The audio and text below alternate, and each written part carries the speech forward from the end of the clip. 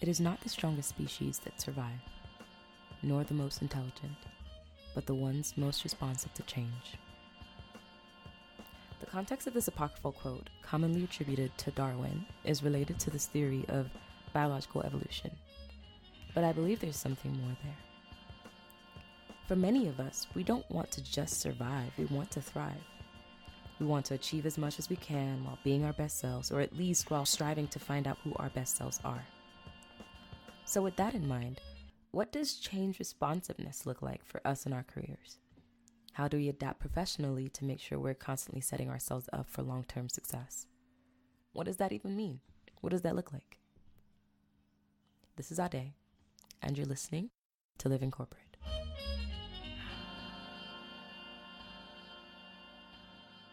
It's the remix. What? Thank you for joining us. My bad. Today we were talking about reinventing yourself professionally, so I thought it was contextually appropriate. So the act of making a career change that is in line with your long-term career goals. Oh, okay. Yes. Gotcha. Yes. Yeah. This is really important though. Like the concept of looking where you believe you're trending professionally and making adjustments. Sometimes they're major adjustments where appropriate. Speaking of which, Ade, would you mind talking to us about your journey to becoming an engineer? It's been a pretty rough trip so far. And I mean, some of it has been very enjoyable. And I mean that with all sincerity. I've had some amazing experiences, but a lot of it has just been, having to teach yourself a brand new field of knowledge. I like to describe myself as a learner. But having to teach yourself a whole new field of knowledge when you have nothing to base that field on is incredibly daunting. And I've had some, technical issues, like technical difficulties along the way. And I've also had some very, up at 2 a.m. in the morning, like, I don't think I can do this. Like, I don't think that I am up to the task of making this switch. And that's not because I don't find this interesting. I don't find this like mind-meltingly awesome. It's that I just don't feel like I'm capable. And so those doubts always exist. But the fun thing about this switch is that in reinventing yourself, you discover parts of yourself that you didn't know were there. And so it's difficult, it's daunting. But it's also really, really rewarding. Like sometimes I get to a point where I write code and it works, or my portfolio site comes together and I'm like, oh my God, I did it. And I didn't. I mean, yes, I use Stack Overflow more than once, but I did it. You get that sense of accomplishment that you're not actually steering your life right off a cliff. And there's that duality of, on the one hand, am I even supposed to be here? And on the other hand, on the days where, you do feel like you're in the right room, you do feel like you're doing the right thing, and you do feel like I'm right where I need to be, it's this breathless wonder, I suppose, is the best way of putting it, at just how dope everything could be. That's so cool. I know of a few people, right, who've made similar changes in terms of, not similar changes in terms of becoming an engineer, but similar decisions to kind of make a pivot, right, career-wise. And, I've seen people who have transitioned from being like HR managers to being fashion bloggers. I have friends who have transitioned from being teachers to being full-time photographers. I have friends who worked in the government and now they're like running intramural sports leagues. And I can't speak to the bag, like how much money they're making, but I can say that each and every one of them seem much more fulfilled in their day-to-day activities. And so like, I'm really excited for you because you're going through a journey yourself. And right. I'm excited to see what the other side of that looks like for you. And I know that, so am I. and I know that regardless of whatever, ultimately it is, you're going to be a better version of yourself coming out of it. So I'm really excited for you for that. Hey. And here's where we insert the celebratory Millie Rock. But yeah, you know what? I think it would be super interesting to talk to someone who has had to professionally maybe reinvent themselves a couple times over, several times over. I'm thinking major changes, something like transitioning from education to car sales to, I don't know, stock brokering, to maybe pharmaceuticals to, let's go with hospice care. And bonus points if this person was somehow related in some form or fashion to one of our living corporate hosts. Oh, you mean like our guest, my dad, Ed Nunn? What? Sound man, listen, you're going to give me my pounds, but then you also give me a couple pounds because it's my dad, okay? So give me a couple more. Give me some pounds, but that needs to be on a t-shirt somewhere. Anyway, keep it in. All right, so next we're going to get into our interview with our guest, my dad, Ed Nunn.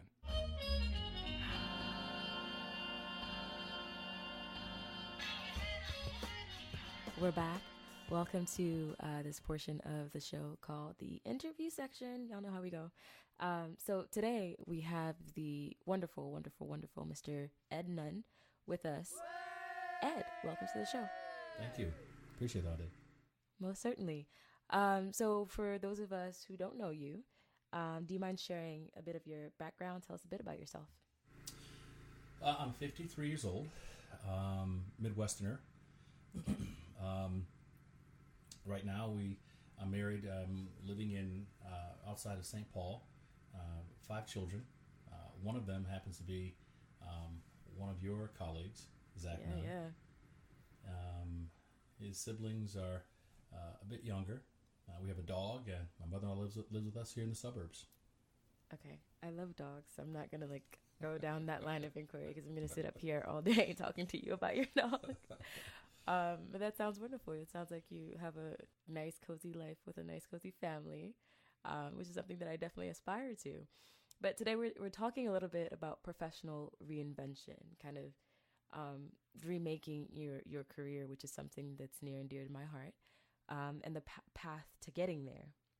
Do you mind walking us through your own 33-year journey to being who you are now? You know what? When you put it that way, I look back and I think about it, and I haven't really thought about it until you put it that way. 33 years. Right. You know, I recall when I first went to college, I had an academic scholarship to Jackson State University. Okay. And I recall going to college and honor student and all that stuff, and my mom had talked to me, and I remember taking these trips with my mom and dad and the family to St. Louis and Mississippi and California, and every time we go someplace, she'd talk about these roads and these bridges, and she said, son, you could be an engineer, you could build these, you could design these. My mom and dad were not educated, didn't graduate high school, but their aspiration was, of course, for all of us to do much more, much greater things, and they poured a lot of expectations and the resources, time, and love, and all that into us to do that. Right. So I went to school, and I was going to be an engineer, not a civil engineer. I decided I tried my hand at being a mechanical engineer, and found out that I didn't like engineering. So instead of, because I went to Jackson State, transferred to Mississippi State, went back to Jackson State and finished up my math degree. So I graduated with a Bachelor of Science in Mathematics. And I said, okay, now I'm out. What do I do with that? Thought about being a teacher. Tried my hand at teaching mathematics high school for a couple of years. Realized I didn't like that. Left that and went into working as a recruiter for a liberal arts college in the Midwest. Left that and became a stockbroker. Really changed gears there because we, at that time I was married, and we decided to leave the Quad City area. When I got out of mathematics, I moved back to the back home to the Quad Cities. Started the recruitment for the liberal arts college. became a stockbroker, wanted to leave the Quad Cities, just to the idea of having a family and being able to raise a family in a more cosmopolitan, diverse, you name it, you could put anything on it you want. It wasn't the Quad Cities. So the stakes are different. Well, yeah, it was just different, right? And so we decided to go to Minneapolis, the Minneapolis area, and got up to the Minneapolis area and realized I didn't really want to start all over again building a book of business after 3 or 4 years of doing it in the Quad Cities. So started working in the field of pharmaceutical sales. Left pharmaceutical sales, went into selling copiers and printers and multifunction devices. Left that and went into, previously I went to telecommunications, then to, it was telecommunications after selling printers. And then I found myself at a point where I was just kind of burnt out. I'm hopping from place to place, industry to industry, and not really finding what I'm looking for. It was okay for a little while, get bored, literally get bored of it. And I took a break, flat out took a break. There was a place where the pharmaceutical industry dried up. A lot of reps, the companies were downsizing, and I recall talking to my wife and saying, you know what, I'm tired of this. It really wasn't sales. It was walking in and, pop-up ads, all you were. You weren't having an opportunity to have a discussion with people around their needs and how to solve them. So I took a break and I just started my own little deal. I got involved with some guys that had an investment idea, and we formed a company and started. We're manufacturing with some partners in Asia, some technology, and then we had formed a company to actually, a separate company aside from our investment, we were going to import it and start selling it to resellers. And I did that for a couple of years. And it was good. I enjoyed it. We saw some growth, a partner and I did. That went awry because the original investor group kind of, they were at odds with each other, and there's some issues that came about, and so that kind of blew up on that side, which it then just kind of obviously it created the business that we had, importing the product and trying to sell it to the resellers. And so there I am again thinking, okay, great, now what? So as I sat there, I recall a couple of weeks just saying, okay, what am I going to do? What do I want to do? I got a phone call, and this was the beginning of what I've been doing for the last few years of my life. I got a phone call from a hospice company, and they I picked the phone up, and the lady said, hey, I'm looking for Ed Nunn. I said, this is he. Hey, Ed, I'm so-and-so from, so-and-so hospice. Have you ever thought about hospice? I said, no. Would you like? I said, no. What I know about hospice is death. I'm not there yet. I'm not ready to talk about it. I'm not ready to experience it. So I'm not really interested. Thank you very much. Well, just keep my name and never change your mind. Please call. We got your name from so-and-so, and we'd like to talk to you. Okay, thanks. Goodbye. I hung that up. My wife said, who's that? So I told her. She says, you may want to think about that. I said, I thought about it. No, thank you. Right. But I gave it a little more thought. I don't know what happened, but I gave some thought. I didn't have anything else lined up necessarily. I didn't have anything in my mind I wanted to do. And, after I thought about it, there's got to be more to hospice than just death. I mean, it's something we're all going to do is what I recall thinking. I want her to find out more about it. So a couple of days had passed. I picked the phone up and called the lady back. And, a couple, 3, 4 weeks later, I find myself hired by this company, which at the time was one of the largest, if not the largest, home healthcare company. It was a large company, 60,000 employees here in the States. For what they did, they were a big company. And so I found myself in the world of still in healthcare, but now in hospice. And I've been in hospice ever since. And that was 2012, I believe. Wow. And so for the last 6 years, I've been in hospice working for 3 different hospice companies.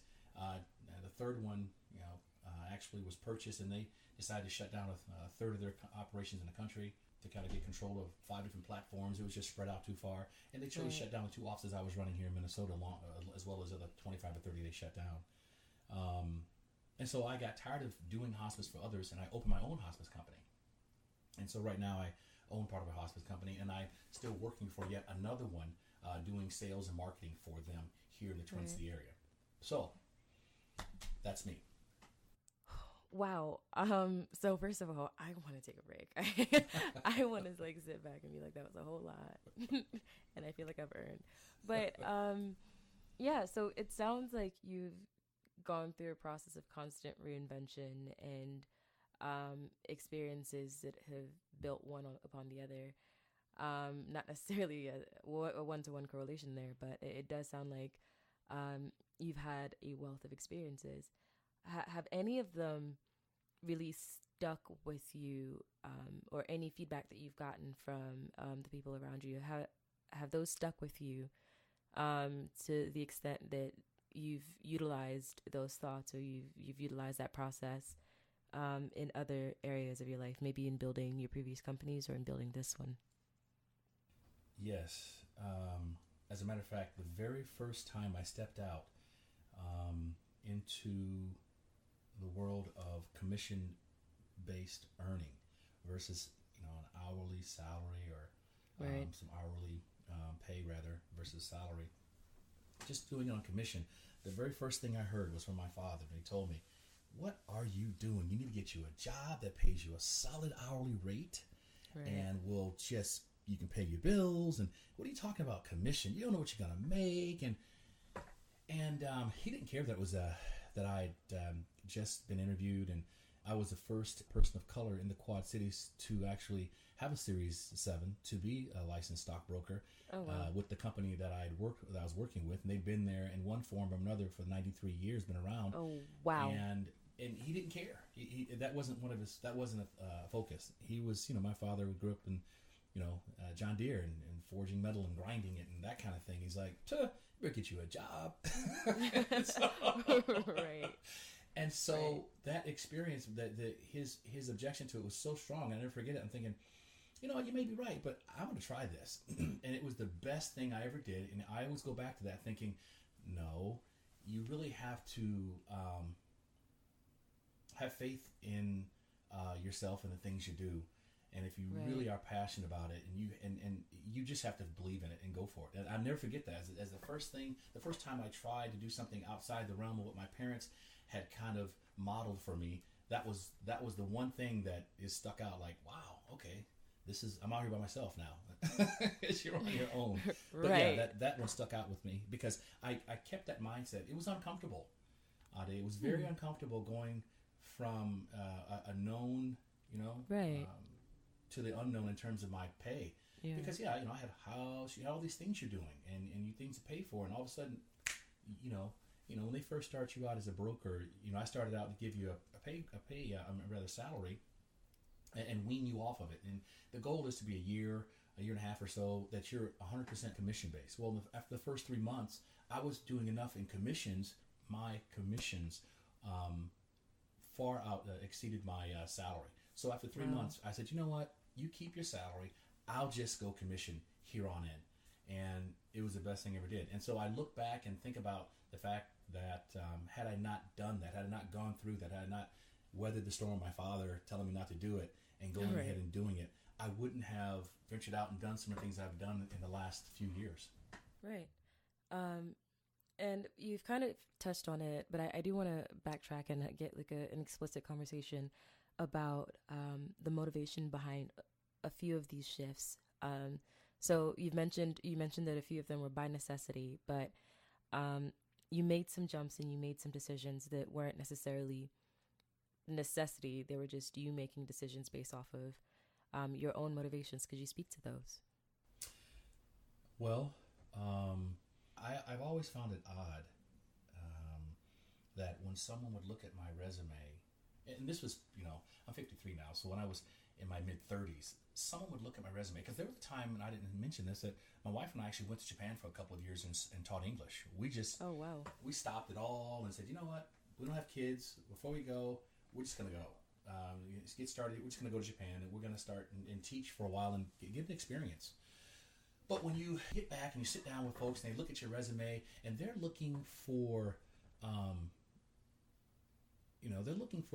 slobbers, right? Whatever that slobber is, that's what they're looking for. Well, I've got widgets over here. All I've got is widgets. Now, some of mine are yellow, some are green, but I don't have slobbers. And I'm thinking, well, why are you looking for that?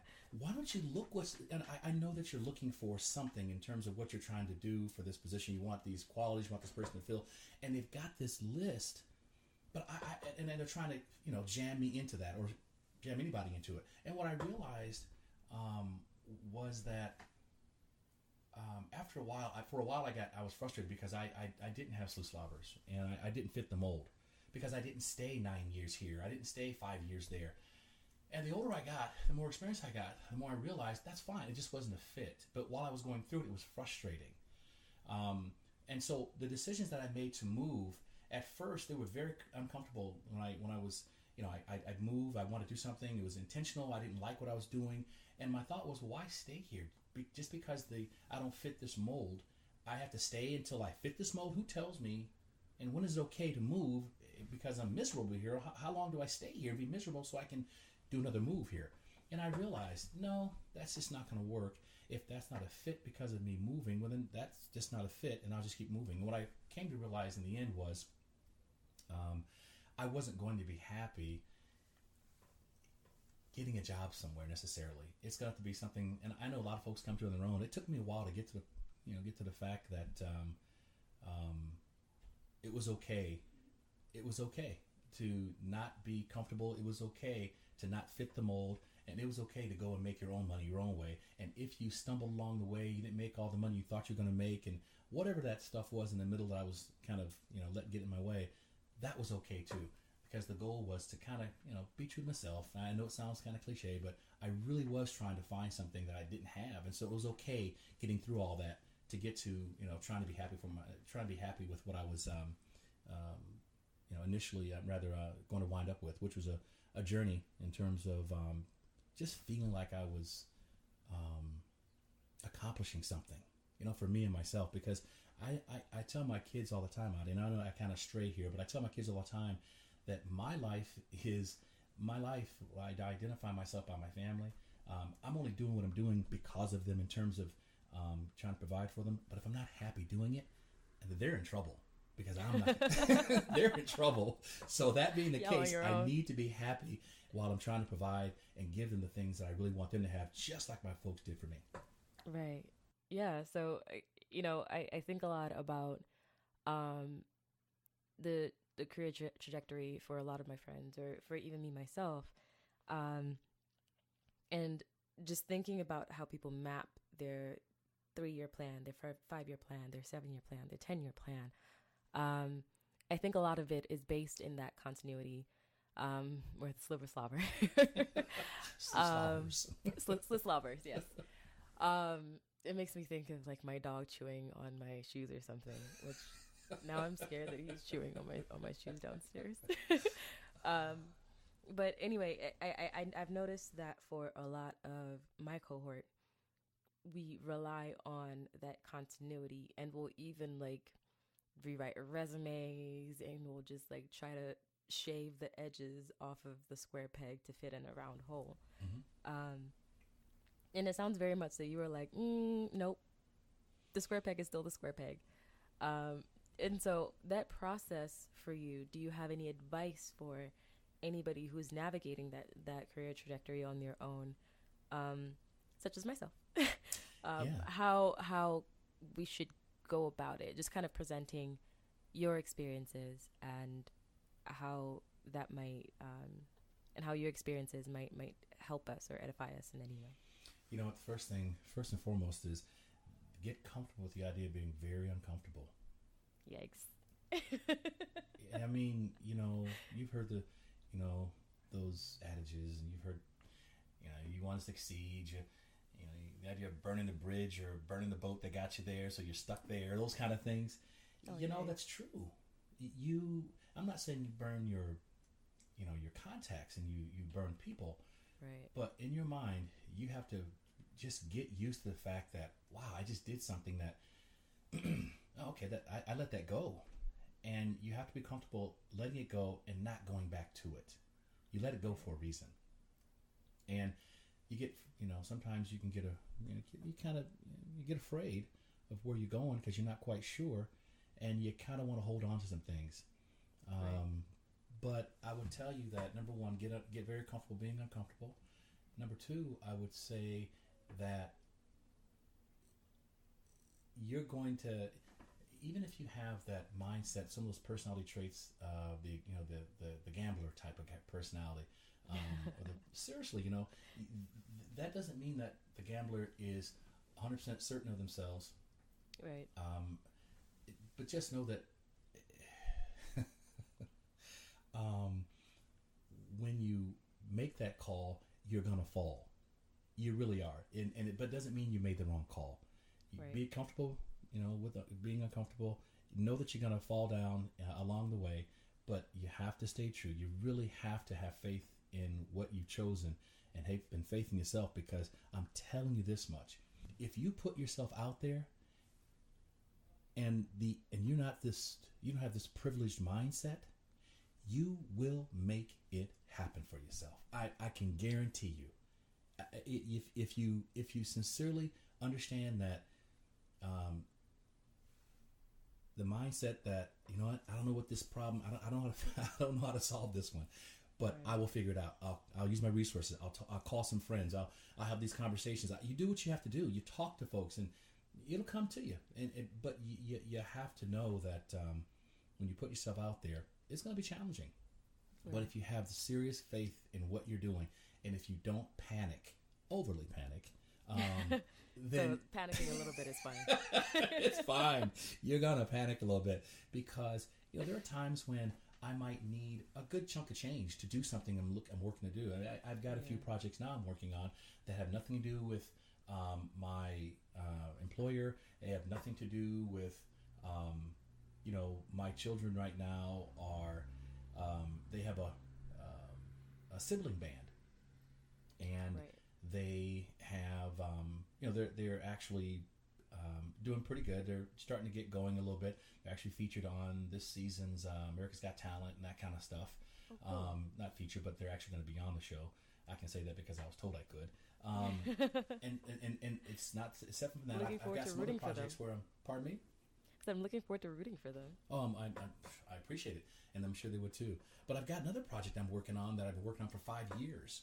And there are times you have a money crunch. If you need, now I'm not a rich guy, so if I need $30,000, $40,000, $50,000, or even $10,000, and I need it next week, and I don't have it, you have to start being creative. How am I getting this money up? I'm not looking to go borrow money, go into debt, and so you just have some faith that you'll figure it out. And you do. You really do. If your mindset, if you condition yourself to knowing that, okay, I'm going to hit some things that I don't know how to handle. I'm going to hit some snags. Don't panic overly so. Just go ahead and it's because there's a process to it. And typically my process has been to put different things in place. So I have different areas or different things I can go back to help me out. And so basically having a backup plan. Not just backup plan. I'm talking multiple things that are going on at once. Okay. The idea of having just one source of income scares the snot out of me. I don't know how folks do that. They have one job, and I look at that and think, you're one management change away from twiddling your thumbs. I'm thinking, right. how do you navigate that? And I realize you might have a year worth of savings or 2 years worth of savings or whatever you've got in your savings 401k to survive, and but why do it that way? Well, you know what? If that's what you want to do, great. My thought is just I don't see it that way. I just like to have a little bit more control. Sure. Yeah. So I'm definitely going to be looking into other streams of income now because you just dragged me by my edges. That wasn't the intent. But look, I take it with all the love and the good sentiments behind that one. Well, no, I mean, and it's not anything there's nothing elaborate. Real estate. For 20 some years, I've owned real estate. From several houses and or multi-unit buildings to individual, houses. But that stuff for the last 20 some years has kept me afloat when it gave me the opportunity to make the choices and say, you know what, I don't want to do that. right now I have a project where I'm building these. I build these quarter scale cars, and these are like 4 feet long, and they're huge, and they're quarter scale. I mean, these things are 50 pounds maybe. They have their functioning engines, whether the engines be 8-cylinder gasoline engines or nitromethane engines. They have working lights, doors, car, you name it. They're actual scale cars. These things sell for they sell for a lot of money. So that's something I do on the side as well. Just a lot of different things going on that help as you want to make a change. And they also take up your time, but they're a part of the plan, because the plan for me has always been, I go back to what I'm doing this for. It's just to make sure I get this group of people through this to a point where they can, on their own, start navigating. That's my purpose. That's my plan. That's all I'm here to do right now. That's it. And so I'm taking everything I can with me that I'm using to do just that. Period. The end. That's brilliant. I think that it's important, the thought you just elucidated, that it's great and it's a good idea to reinvent yourself, but you also should have something to fall back on while you do that, because it's a good thing to take the leap of faith, but you should have a parachute, certainly. in that sense. Well, if you don't, it's a hard, rough landing. I've been there too. Right. But yeah, I mean, thank goodness for parachutes, because every once in a while, taking that step of faith is just kind of like, I don't know. That's a mighty long way down. But you guys, you're much younger. I mean, I look at you and Zach and folks your age, and I say, wow, you don't have to worry about that nonsense. Someone looking at your resume saying, gee, you're only here for 2 years. You're only here for 3 years. Right. That's not a question that people are posing. That's not even a mindset anymore. Well, 30 years ago, it certainly was. The idea of stability was different. And I look at that flexibility that you have to shape yourselves, your careers, your destinies. I think you have more flexibility. I think there's an opportunity, a greater one, a much more easy opportunity to do just that than I had. Right. So I think that's really cool. Yeah, I really like that. I think those are all the questions that we have today. Are there any thoughts that you would like to share that we haven't gotten to? Anything that you really think would benefit us? Yeah, I guess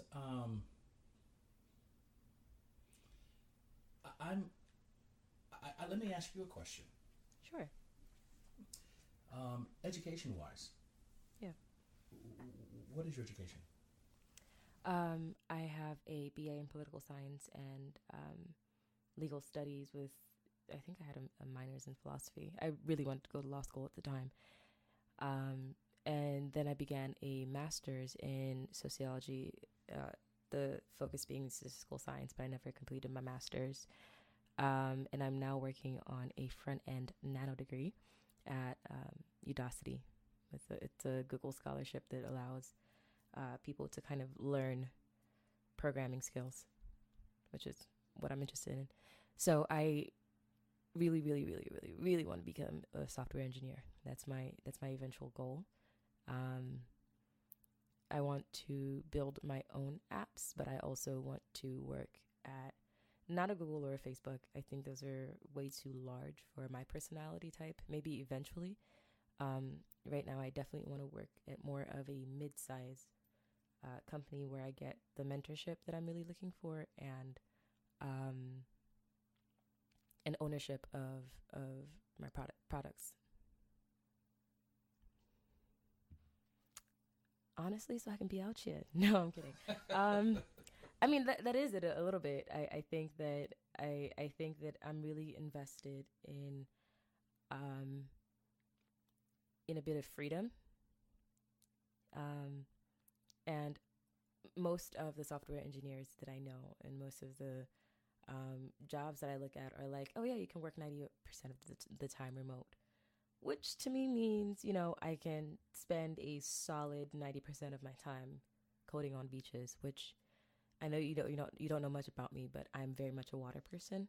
So the idea of being able to do something that I enjoy in a place I enjoy really, really appeals to me. So I have that freedom, and my whole life isn't sitting behind a desk somewhere. So, if I'm not mistaken, what I'm hearing you say is that this education you're pursuing, you're doing so in order to gain some freedom in life. Yeah. And control. Okay. If you didn't have to work, what would you be doing? If I didn't have to work, I would own a restaurant. You don't think that's work? No. It's funny. I actually don't know if we'll keep all of this in the conversation. I don't know where this is going, but I'm asking the question because you asked me. I'm getting somewhere. I'm going somewhere. Okay. If I didn't have to work, I would have a restaurant. I actually have a book of recipe ideas and meals that I want to cook. The idea is to have a restaurant that is diasporic. So all of the food in the restaurant would be from the African diaspora, from West African, East African inspired meals to the Caribbeans to Latin America, and meals that are typical in Afro-Latino homes, just everything that brings us together as one community. I'm very much a community-oriented person, and I think that, or to me, one of the most beautiful things about the diaspora is how similar but different food is. And Anthony Bourdain, who is like one of the biggest influences for my love of food and cooking and people, had this thing where he talked about food being the center of humanity. Like, once you talk about a people's food, you're talking about people. So culture is built on that. And I could wax poetic about this all day, but essentially I'd be cooking. I'd own a kitchen or a food truck or a series of them, and just feed people because I'm African and that's what we like doing. So here's my question to you. I mean, it's just, you know, I listened to you talk, and the last couple of minutes have been real talk from you. It's been, I can tell it in your tone. I can tell from the fact that you have this knowledge about it and this breadth and this passion about it. I marvel at that because I'm wondering, okay, so how many of these changes are you going to take yourself through before you say, you know what, I'm ready for that change now? Yikes. Because I have a couple things that I'd like to do for me. Sure. And I'm 53. And I'm working towards them. One of them I've already started with these cars. It's a passion. I love cars. And I like the idea of control, whatever. And life is extremely, obviously, random. But however, you can eliminate some of that randomness. But that's one of the things I want to do. So it's taken a long time to get here. Dealing with my family, working with my family, and having my kids and my wife around. That's something that I've always wanted to do and I hold dear to. So the idea of working with them with their music career right now, that's really big for me. But it's taken a long time to get there. Some of that, well, I didn't have a family, 30 years ago like this. But to get to something I really love, you already knew it, or know it rather. I didn't know until I got here. You already have something that is really, really dear and tender. And I'm listening to you talk about this nano this and this MBA that and this wizzy-wazzy this. And it was just interesting. And then when you start talking about the food, I'm thinking, okay, this is real for her. And I'm just wondering, what are you going to do, and when are you going to decide to do that? It's funny that you ask, because my partner is a tax lawyer, and her thing is constantly like, we need to get a food truck for you, right? And so I think that it's definitely something I want to work towards within the next 5 to 10 years, because I think that for me, it's the security of the job, because For example, I kind of provide for my family as well.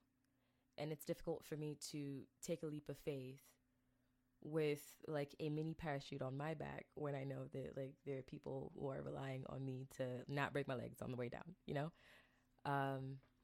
And so that's the fear. So there's the passion behind the cooking, right? And it's like, I'm definitely not gonna die without putting at least a plate in front of somebody's face and like anticipating the look on their face when they eat it, right? But I also know that the amount that I have to lose right now is what's keeping me from it. So I think that the process of reinvention for me has to start from a place of absolute commitment, not a place of one foot in the commitment and one foot in the fear, if that makes any sense. Yeah. Fingers crossed, man. Well, I'm looking forward to hearing your story later when both feet, finally land on the commitment side.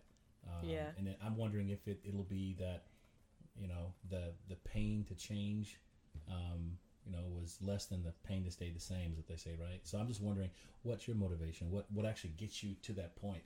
I realize you've got other things that people are depending on you. I got that. Hey, I got the same thing.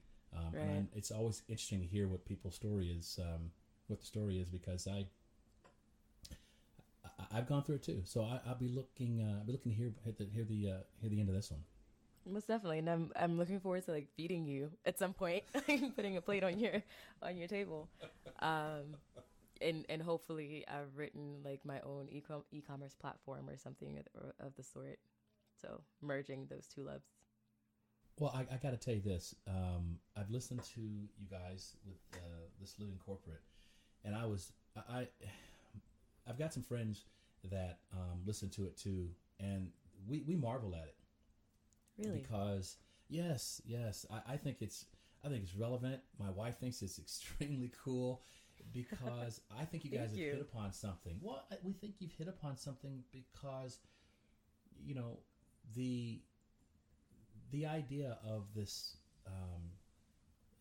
it's one thing to acknowledge, it's another to accept.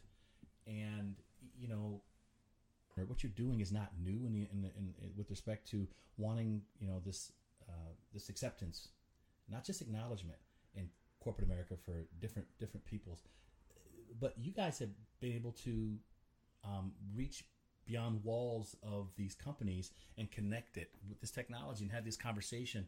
And I've been at different companies, large companies, a lot of them, Xerox, Lilly, some big companies. And within the walls, there's a lot of acknowledgement of different groups of people. And these different groups are formed and they can have a platform of some sort. But typically in the past, my experience has always been, it's been a pat on the head, right? Yeah, that's nice. That's nice. You guys go over there in the corner and talk, and I'll take it back to the board, and that'll be that. Or whoever I take this report that you guys had a meeting back to, that'd be nice. But you guys have decided that no, we're not going to center it in one particular place. We're just going to put it out here for everybody. You've taken this technology and taken this conversation to a different level, and it's so relevant. It's because it's now something that isn't confined to somebody's little bitty pat on the head from the corporate leadership. No, this is real, and we get to talk about this stuff, and we need to talk about it. And so I look at Living Corporate and say, my God, that's a really cool idea. They talk about hitting on something that makes sense, and I enjoy listening to it. I enjoy listening to you guys. The platform, the way you guys put it together, the music, the artwork, it's cool. Thank you. I really appreciate that it's making this much of an impact, and we've certainly been getting great feedback from people, and we really appreciate all of those things. So before we close out, do you have any final thoughts, anything that you'd like to share, any shout outs you'd like to give? Whatever, floor is yours. A big shout out to NunnAbove.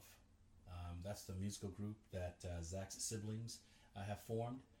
They've been together for a few years doing their music together. They're young, but I'd ask that you maybe check them out on America's Got Talent and support them. Definitely. And a big shout out to my wife. She doesn't know that I'm gonna shout her out here, put her out here, but you know, I mentioned all that changing and all those decisions I made to do different things to support my family. Right. Without my wife there to be the support, it wouldn't have been able to be accomplished. I couldn't have made those decisions and actually made them work without her. Not someone like her, but her here taking care of the things that needed to be taken care of within the walls necessarily when I'm out trying to figure out a new path, knock down trees and break up big rocks. It makes it easy if you got someone that can do that for you. So big shout out to her. Big shout out to you guys. And seriously, I know I don't need to do that because you guys it's your show, but I'm just very proud of the fact that he's part of this effort you guys are bringing forth. Thank you very much. And I'm definitely gonna hit him up your dad is the coolest ever. I did tell him that you were dragging me though. I informed him. That was what? That you were dragging me. You spent a solid chunk of our conversation today just tugging on my wig all the way through. Well, it wasn't intentional. I just, but I do appreciate that. And you guys, I love the website. I was telling Zach there's some things that you guys were doing. The fact you guys have pictures and the way you guys have set it up, and I love the fonts. I love the just the look and appeal of it. This is a really slick. I love the sound of it. When I listen to it, it makes you want to listen. You want to engage. Okay, what did he say? Let me back that up. What did Fenora say? What? Oh, that was pretty cool. Okay. I have appreciated the full length of this conversation. I am telling Zach about how amazing all of this is and how we're probably going to have to put this on our Patreon because people can't get this one for free. Thank you for your wisdom. Thank you. Thanks, Eddie.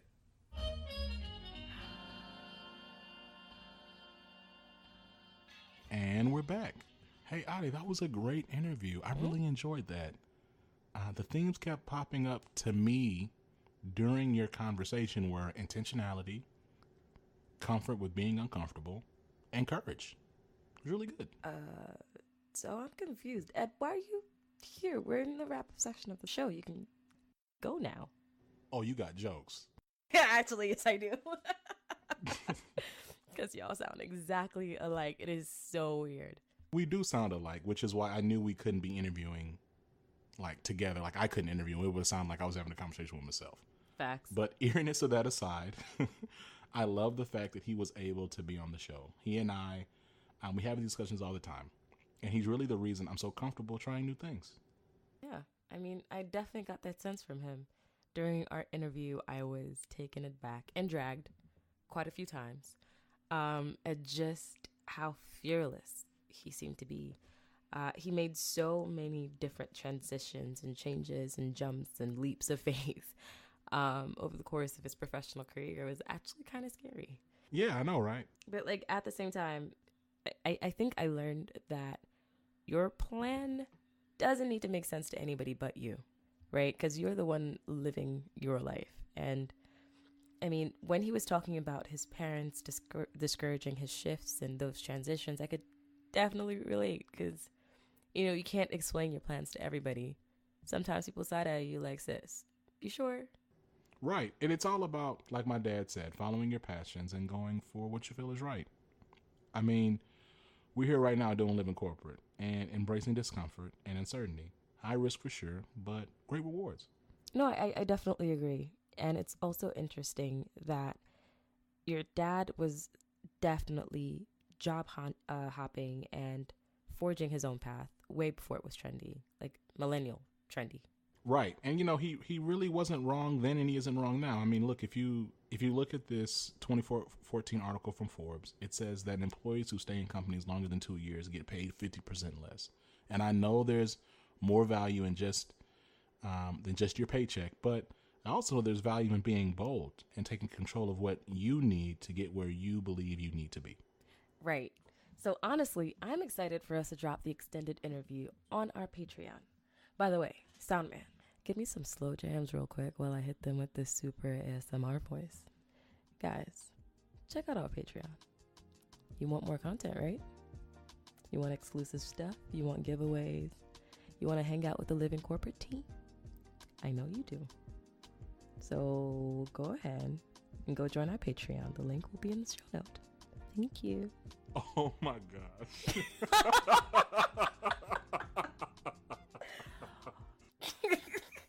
Oh my goodness. Anyway, major shout out to Ed, my dad.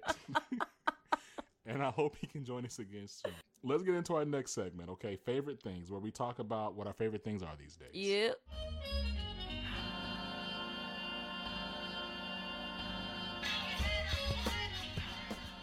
My favorite things right now are, I'm really into Miguel. I have been listening to some of my favorite Miguel songs lately nonstop. Candles in the Sun is like top five of all my favorite songs. So I've been really into his entire discography. And I've also been really into hiking. So I have a puppy, and he's a husky, and he needs a lot of like physical activity, and I'm training for this marathon. And just being able to get out and really be active and get outside and kind of commune with nature and exercise my hippy dippy side has been really, really fun. Hurts sometimes because my knees, like, sis, we're getting way too old for this. But it's been really great. What about you? That's really cool. So my favorite thing right now has to be my siblings' band, keeping with the family theme of the show. Right.